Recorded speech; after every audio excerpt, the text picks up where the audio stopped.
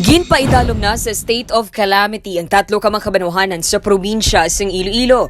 Umpisa Nobyembre 2, ini amo ang banwa sang Haniway, Dingle, kag Putotan. Ini ang ginkompirmar ni Dr. Jerry Biona, head sang Iloilo Provincial Disaster Risk Reduction and Management Council sa interview sang Radyo Bandera Iloilo.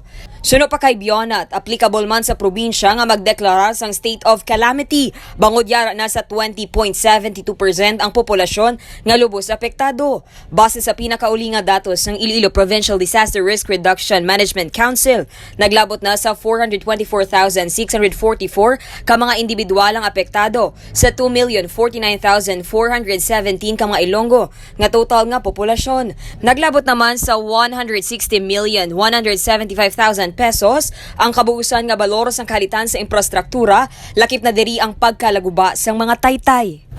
Total to 889. Number of families 111,197, and total number of persons affected 424,664, totaling to 20.72% sa total population in the entire province of Iloilo. Balita nagikan sa probinsya sang Iloilo. Ini si kabanderang Dane Raffles nagabandera sang matudud nga serbisyo publiko kag kalingawan sa Iloilo. Radyo Bandera.